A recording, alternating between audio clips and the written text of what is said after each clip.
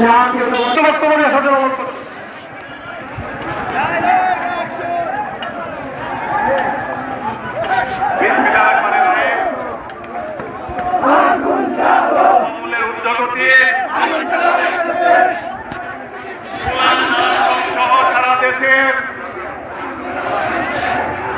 সারা দেশে পুলিশ এবং আওয়ামী সন্ত্রাসী কর্তৃক হত্যার প্রতিবাদে ঢাকা মহানগরীতে পল্লবীতে জনতার মেয়রের উপর বর্বরোচিত হামলার প্রতিবাদে সারা দেশে বীর বিজেতা কর্মীদের গুম হত্যা নির্যাতনের প্রতিবাদে আজকের এই সভায়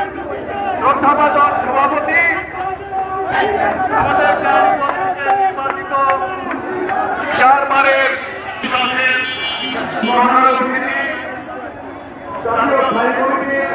অন্যতম নেতা উপমহাদেশের প্রখ্যাত শ্রমিক নেতা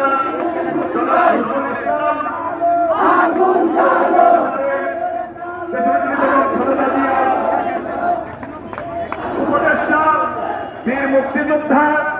যিনি এখান থেকে ধানের শীষে ইলেকশন করে নির্বাচিত হয়েছিলেন, সেই বিপ্লবী নেতা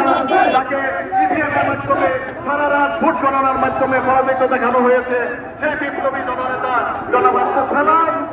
জাতীয় ভবিষ্যতের দেশনেত্রী বেগম খালেদা জিয়া, অন্যতম উপদেষ্টা আতাউর রহমান খালি আমাদের আজকের এই